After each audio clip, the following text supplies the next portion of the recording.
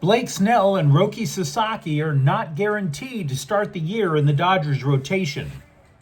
With coaching more or less handled, we're going to take a quick glance at the next steps the Chargers need to take. And USC did lose talent in the portal, but at least they address specific needs. Good morning. I'm James. And this is your daily dose of sports and snark for the greatest sports city in the world, Los Angeles. This is the faithful Angelenos morning report. So it is January 30th, 2026. I am back in Ice Station Bravo in Ann Arbor, Michigan, which sucks. But we did at least add a new subscriber to the Angeleno Familia yesterday. Thank you. We're going to do our best to keep you informed. And if you like being in the know about LA sports, clickety-clack the like button. Clickety-clack the subscribe button. There's a notification bell. Hit that. It'll let you know when we drop an update. Sharing is caring. Let people know we exist. By all means, comment. Now, before we go through the news and notes, a look at the scoreboard. Buffalo 4, Kings 1. Ugh. Well, if there is a plus side, the Kings said Anze Kopitar could return to action sometime this weekend. Meanwhile, today, the Lakers are at Washington at 4, and the Clippers are at Denver at 3. So, with that out of the way, what do you say we get to the news? Early this morning, Yahoo News reported two-time Cy Young Award winner Blake Snell might not be ready for opening day. So, if you were wondering when the first Dodgers starter would not be able to answer the bell, the correct response is before pitchers and catchers report. Before pitchers and catchers report. Now, we want to be fair. It's not like Snell is dealing with a new injury. But if you recall last season, his first in LA, he was shelved pretty quickly with shoulder inflammation. And he wound up missing 4 months. So, right now they're like, you know what, dude? Take as much time as you want to properly ramp up for the season. Snell told the California Post, quote, "I feel good. I've been throwing. It feels better. In the postseason, I gave everything I had for that. But on the front end of spring, I'll have to be patient and let my body get to 100%, unquote. Now, we already know the Dodgers missing half of the entire organization's starting pitching from the major leagues all the way down to rookie ball. That's an annual rite of passage. So we shouldn't be too panicked about Snell. And I suppose it would be fair to say, yeah, Roki Sasaki, not having him in the rotation is a possibility. There are mixed signals about his immediate future. Now, understand, this is not about an injury. It's more carrot and stick. General Manager Brandon Gomes dangled the carrot. He called Sasaki a breakout candidate simply because he is better immersed in American culture, likening it to the comfort level for Yoshinobu Yamamoto from year 1 to year 2. So, sounds great, right?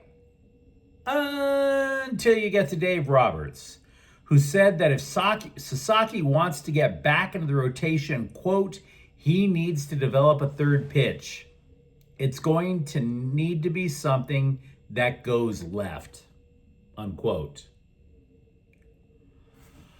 I'll just be happy if the dude doesn't jack up his shoulder too. If you recall, he had shoulder impingement and missed a ton of time. Now, we haven't had a lot of discussion as to the over-under of Dodger pitchers going on the injured list this year.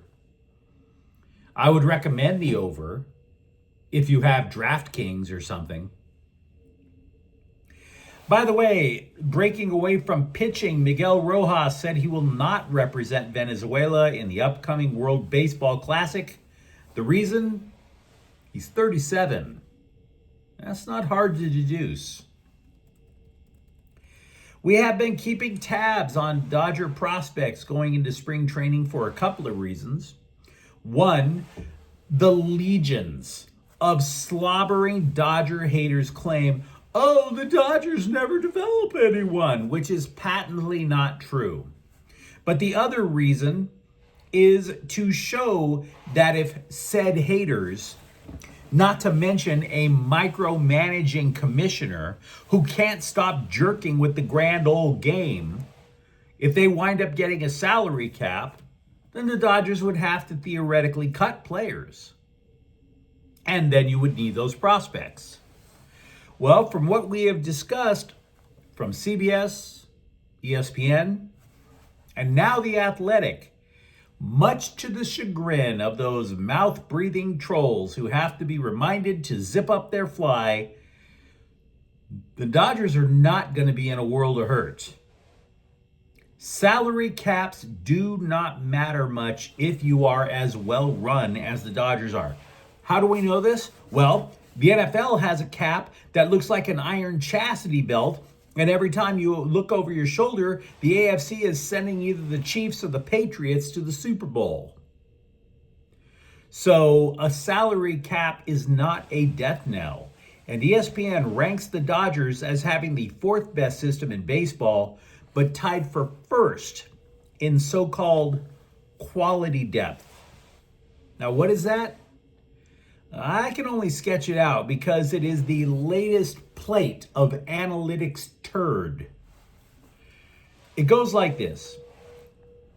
Through whatever formula they concoct, the Dodgers have 18 prospects who grade high enough in something called future value. ESPN believes 4 or 5 of those players will get called up to LA, at least for a few days in this season. Now, those are not necessarily the high impact rookies. Those guys would come in, say, a year or two. But other prospects who are quality that could help the Dodgers try to earn a three-peat, yeah, they're there. So, as for The Athletic, 7 Dodger prospects were included in their top 100 minor league list. Many of these guys are names we've discussed before, but the rankings and the order have switched. For example, they believe outfielder Eduardo Quintero is a top 10 prospect in all of baseball because his power developed as a teenager and he has exceptional plate discipline. Josue De Paula, a guy that we've discussed now for a couple of years, he checks in at number 20 overall. Zahir Hope, another familiar face at 36. And The Athletic also believes outfielder Mike Sirota at ranked 51st is a potential all-star. We've also discussed shortstop Emil Morales as someone with big power, but there are a couple of names that The Athletic included that other media outlets did not. For example, pitcher River Ryan, who, in an unsettling tradition with the Dodgers, already has undergone Tommy John surgery. He's hitting 100 miles per hour in rehab. Now, there's a downside. He's already 27. But 100 miles an hour is 100 miles an hour. And you might remember Alex Freeland, who played a little in LA last year. He checks in as the 87th ranked player. He's seen as a fringe prospect if they keep him at shortstop. They believe he's more suited for second or third. And by the way, I want to give you one guy who didn't quite make the top 100. Ching Sen Ko, who at this point, he's said to be a little bit too passive at the plate. But he too has big-time power potential. So a lot of Dodger stuff to discuss. Feel free to let me know what you think in the comments thread. The Chargers exhaled Thursday because it's not even been 3 weeks since they were eliminated and they rebuilt much of the coaching staff. Not every franchise has a so-called coaching tree. You look over at the Rams, Sean McVay, coaches that were with Sean McVay have spread all across the fruited plain. That is a coaching tree. Jim Harbaugh, not so much. Harbaugh has his loyalists. They follow him, whether it be from Stanford to Scum Francisco, Michigan to LA. And there's nothing wrong with that until you have to replace them. So the reason that the Bolts can exhale is that the scribes are unanimous in loving who Harbaugh added on. They are just fawning all over Mike McDaniel and new defensive coordinator Chris O'Leary. They are just tossing rose petals at the feet, feeding them peeled grapes. It's all love. CBS Sports gave both hires an A grade. Now, we discussed O'Leary yesterday, and I'll be frank, I do believe he's ideal. But McDaniel, I am going to keep repeating it. The Bolts do not have the personnel for this guy. The receivers are too slow. The offensive line is not suited for zone blocking, which is what they want to do. If you thought center Brad Bozeman was awful last year, he would be even worse in a zone blocking scheme. So unless those issues are addressed, Justin Herbert's future is Tua Tagovailoa's present. Now, if you want to know what that means for the Chargers, I can tell you this. They have 5 draft picks only in the upcoming draft to address offensive line. We don't know the details, by the way, of the defensive tackle Teair Tart's new contract. So I don't want to speculate on how much cap space the Chargers actually have, other than to say it's still going to be a lot. So they will have chances to address these shortcomings. But they also had those chances last year, and they didn't. We mentioned CBSSports.com a moment ago. It is a great website of pointless lists. So they created a top 100 transfer portal player rankings. And make no mistake, USC did lose higher ranked talent in the portal than what they attracted. I also don't think the Trojans care that much.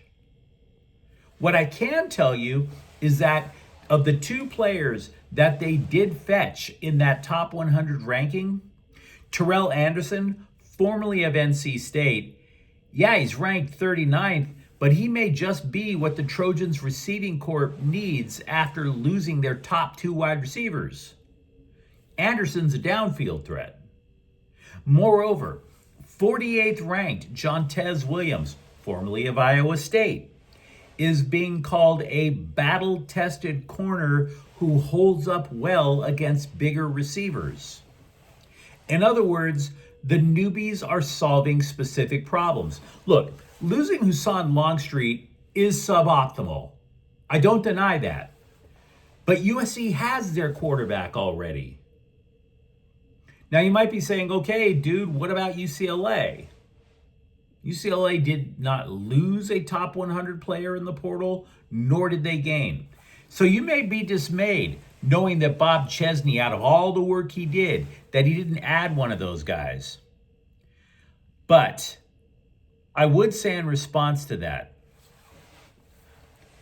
this program was neglected so much that Chesney took over. The whole program was just reduced to ashes, right? So the first thing the Bruins need to show is not that they're championship level. They're not on the level of Ohio State, Michigan, and Oregon. They have to show that they are going to be tough to play against. If you show you're tough to play against, all of a sudden you start gaining traction, you start gaining attention. Sean McVay made a snap judgment to fix the special teams by hiring Bubba Ventrone as the unit's coordinator. Interviewed Wednesday, hired on Thursday. Dude previously worked for the Browns, so needless to say, getting the hell out of Cleveland was a pretty good selling point. As you might imagine from watching the Rams this last season, there is a trail of dead from the previous special teams coaching staff. Just like Sean McVay in a cloak, like he was the Grim Reaper, just decapitating people with a scythe. Chase Blackburn, fired during the regular season. His replacement, Ben Kotwicka, and 2 other assistant coaches, all on special teams, play taps. They're out. LAFC retains midfielder Ryan Raposo. He also played under new manager Mark Dos Santos when they were both in Vancouver, so this could be seen as an effective depth piece. Someone who knows what the manager wants and can communicate that, plug and play. And Angel City FC has loaned forward Maite Lopez to Vancouver Rise FC in the Northern Super League for the 2026 season. Okay. But you let me know what you think of the comments thread. Talk to me about the state of the Dodger rotation and how uncertain it is with or without Blake Snell and Roki Sasaki. And how optimistic are you about the Chargers? And if you enjoyed this update, don't forget to subscribe to Faithful Angelenos. We're talking LA sports every single day. Thank you for watching. I'm James, and we'll be back tomorrow. Faithful Angelenos is a Kian Corte El Queso production. Take care.